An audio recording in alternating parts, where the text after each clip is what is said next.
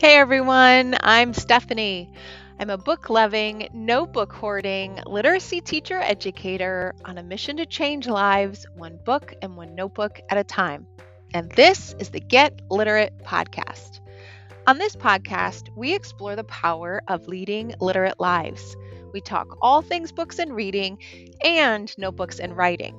We lean into our curiosity and creativity and embrace a spirit of lifelong learning to cultivate a life we love. Now, grab a notebook and your TBR list and let's get literate.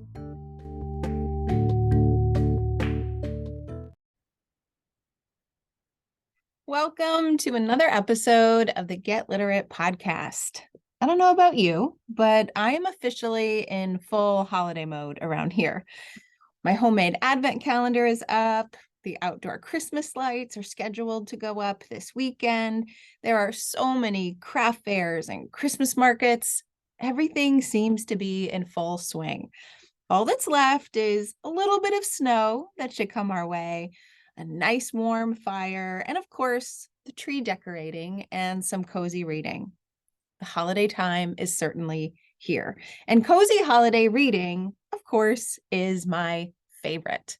My favorite place to read is by the fire with the twinkly Christmas lights in view, with a good cup of coffee, and usually a dog or two, or four, at my feet or snuggled up with me. That really is my ultimate comfort read. Now, since the holiday season is here and the holidays are quickly approaching, I have a few themed episodes coming your way, and we're going to start off that set with three of my favorite holiday books. Now, warning, my holiday reads are very particular. They are obviously very explicitly related to the holiday with all of the trappings of Christmas. Think sweet treats, Santa suits, sappy moments, and yes, a little bit of Christmas magic. And the second warning is that I actually have more than three books today. I have four, right? Because I just couldn't choose. And so you've got a little bonus book for this episode today. So let's get right to it. The first book that I want to share is definitely the book that I would say, at least at this moment in time, until I get to my holiday TBR for this month, is my favorite. And that is Christmas at the Cupcake Cafe by Jenny Colgan. You knew this was coming, right? Right. Those of you that know me know that I love all things Jenny Colgan. And she really is the ultimate comfort author for me. Not only did she bring me the comfort in this book, but she brought me a whole lot of holiday spirit too. Now, I do recommend that you read the first book in this series, Meet Me at the Cupcake Cafe, before you read Christmas at the Cupcake Cafe. But honestly, it's not completely essential. So, why do I love this book so much? Well, it's set in England. I can imagine the accents. It's about one of my most favorite things, cupcakes, especially the frosting sitting on top of them. It really embraces the holiday magic, from the holiday flavors to the decorations to the rituals, and of course, a nice little sappy story to hold on to for the moment with a full circle kind of ending, which is my favorite. Now, in the first book, Colgan introduces us to Issy and her crew at the Cupcake Cafe. And the Cupcake Cafe is this delightful little shop that Issy started after losing her job unexpectedly and following her heart with her grandfather's wisdom in the back of her mind. Now, in that adventure, Issy met some wonderful people. She baked some amazing cupcakes, and she managed to meet Austin, the man that she ultimately fell in love with, along with his nephew, who he cares for. Now, fast forward to this book, and we find ourselves with the same Cupcake Cafe crew, but now it's the holidays. So we learn about the characters and what's happened since that last book, and we discover how they celebrate the holiday together where they are. But of course, there is a twist. It's not just all sugar and spice and cupcakes and everything nice. Austin, the new love of Izzy's life, is sent to New York City for work. And she starts to fear that this wonderful little idyllic life that they have created for themselves is on its way out before it's begun.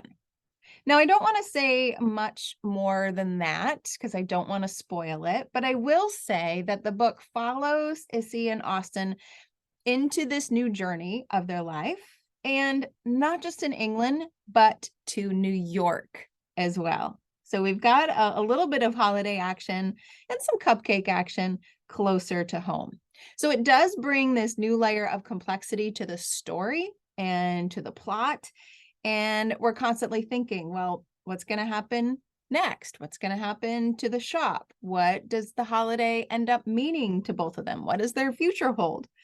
So you do have some big questions in a delightfully sweet book about the holidays and holiday cupcakes. And for me, that was the best kind of pairing.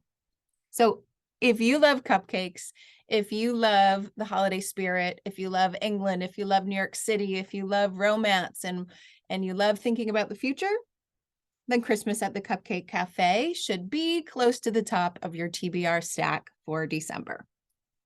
Now, moving on from my favorite, I've got another one that I love and is so close to my heart. If you want a book to read in a single sitting that will literally bring back the magic of Santa Claus for you, then here is the book, The Santa Suit by Mary Kay Andrews. Oh, I loved this book.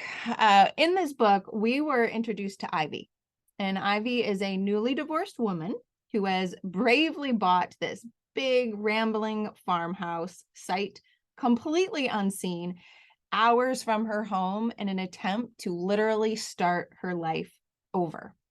Now, she's got this wonderful vision in her head of what this house will look like and how her new life will go. But of course, as she arrives, it is not what she expects.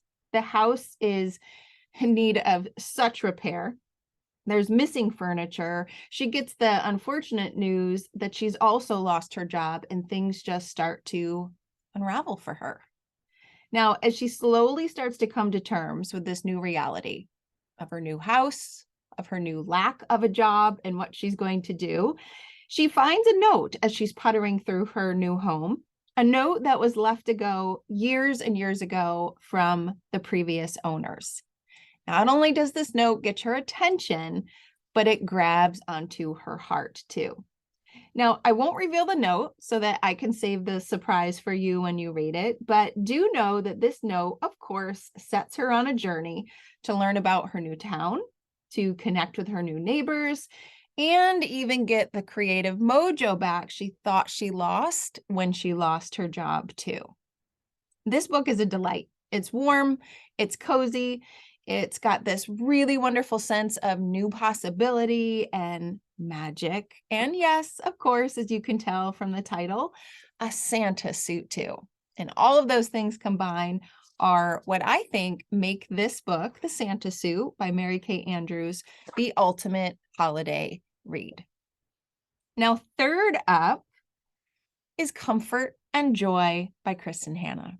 And Kristen Hanna is a favorite author of many of us, and this book of hers is aptly named. It truly was a comfort and joy bottled up in a book. Now, I will say that it is much more serious and emotional than the other two that I have shared, which is likely a hallmark of Kristen Hanna's writing. And this book starts off with a bang. So Joy Candelaro, we've got another newly divorced woman here, little theme, another theme within a theme popping up, I guess. But she's trying to escape. She's trying to escape the life that went terribly wrong into another life for a fresh start. And not only is she trying to figuratively escape what's been going on, but literally, like she literally hops on a plane to get as far away as she can.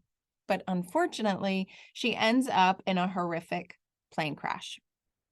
Now, miraculously, she does survive, and she makes a really big, bold decision to leave her entire life behind and actually escape from the scene so that no one knows where she is, so that she can make a brand new life for herself. Now, in that really bold move, she ends up meeting Bobby, who is a 6-year-old little boy who is in desperate need of a friend. And in the process of meeting Bobby, she, of course, meets his father, who clearly needs a friend himself, although he's not nearly as willing to admit it as his young son, Bobby, is. Now, as she helps them heal from their own traumatic events throughout the course of the story, she ends up starting to find herself again, too. That is until her world is tipped upside down once again in a very big way. Now, I have to stop there because going further would reveal the essence of the story, but I just want you to know that this book had me asking, and still has me asking, what if? What if? There's magic in this book. And this book embraces the magic, both the spiritual magic of the holidays and some literal magic of the holidays, and has packaged that into this cozy read that not only will elicit that holiday spirit, but it's just going to help you appreciate what really matters in this season, too. It's a great, great book. Now, I usually stop at 3, right? There's usually 3 books I recommend, but I had to include a 4th book. And, it's my podcast and I can add books if I want to. So I did. I have always been obsessed with the royal family for as long as I can remember. I would read all of those smut magazines, as my great grandmother so lovingly called them, that were always in the aisles of the grocery checkout, reading all that sensational news about the royals. But as I grew, I read lots of actual books about the royals too. Almost every single Princess Diana memoir and other books that were written about her. I just loved it. I'm not going to say I wish. One day I will get there. I will see those castles. I will embrace those traditions. But in the meantime, I've got books. And this book that I'm sharing as my 4th read for you not only brought me there through my reading life, but it brought me to the place I can't wait to visit, smack dab in the holiday season. Yes. This book is Royal Holiday by Jasmine Guillory. Now, here's the setup. A spontaneous vacation emerges at the start of this book between a mother and a daughter. Now, the daughter is going for work. The mom is going for an unexpected vacation. And of course, that unexpected vacation, so beautifully set over the Christmas season, starts off a whirlwind romance in the best predictable way. So while her daughter, Maddie, is actually working with the princess, which, my goodness, dream come true, Vivian explores the grounds and is just looking forward to taking a break, taking a vacation, getting some rest in a place that she's always wanted to go. And in that exploration of the grounds, she, of course, finds a love interest, sparked, of course, again, by mistletoe. And from there, things just snowball into a full-on secret romance that ends up leading us to the question, what happens after the holiday? Well, you might guess what happens after the holiday because, yes, I will admit this is a fairly predictable comfort read, but that's why it's so awesome. It really, really is. You're going to get your full dose of royal culture. You're going to get your Christmas traditions, and you're going to get a dreamlike look at what a whirlwind vacation to London could be, mixed in with a little bit of Christmas romance. And that's why I hope you pick it up. It is so wonderfully predictable and delightful in the best possible way that you just can't help but feel good when you close that last page. So now that I've brought you 4 books today, how can you bring this bookish theme to life in your actual life? Well, I think the most obvious thing here is this: bring on the holiday. Bring on the holiday spirit. Make sure you add a holiday themed book to your TBR stack. I have given you 4 of my favorite possibilities, but if you have read these or these books are not your kind of holiday read, you are in luck. I have 20 more recommendations in my bibliotherapy book calendar for the month of December. So I have got you covered, no matter what genre or what comfortability theme is for you this holiday season. I know you will find a book there that speaks to you. So if you want to check it out, you can head to alitlife.com and you can click on the December book calendar that you'll see at the top of the page, or you can just head to the show notes and I'll put a direct link there. And once you download that calendar, you're going to get an extra bonus episode where I talk through my favorites, I talk through what's on my TBR, and then I talk through an extra little bonus theme that appears at the end of the month too. But beyond reading some holiday books, beyond adding some holiday bling to your TBR, I just want you to get to holidaying. How's that? I've made up a new word. I want us to start holidaying, whatever that means to you. Does it mean you get out the Christmas jammies? Do you get out your favorite holiday mug? Does it mean you start binge watching Hallmark and Lifetime movies? Do you bake something? Right? Do you read under your favorite Christmas blanket next to the Christmas lights like me? Whatever it is, just name it. What does holidaying feel like to you? What would bring the magic of the holiday spirit front and center to kick off your holiday celebrations? First with books, and then of course, with just a whole lot of holidaying. So I hope you use this episode as an excuse to add a holiday themed book to your TBR pile, and then just to do something that's in that holiday spirit that you love for no reason at all other than the holidays are here and it's time to get to holidaying. So thanks for listening. I hope you found a book that you're going to add to your TBR stack and that you're going to check out my 20 other recommendations in the book calendar. And of course, I'd love for you to add to mine. So head to alitlife.com, find the show notes, share your most favorite holiday reads with me so that I can keep adding to my TBR too. Thanks for listening. And of course, happy holidays.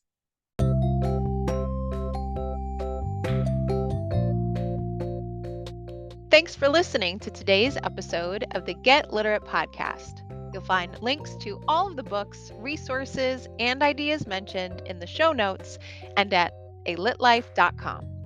You'll also find additional inspiration for your reading and writing life there, like book lists, notebooking ideas, personalized book recommendations, and an invitation to join my Get Literate Patreon community. Each month, we take a deep dive into one bookish theme and work to bring it to life in our own lives. You'll get bonus episodes, book calendars, live book club and notebooking sessions, special events, and much, much more.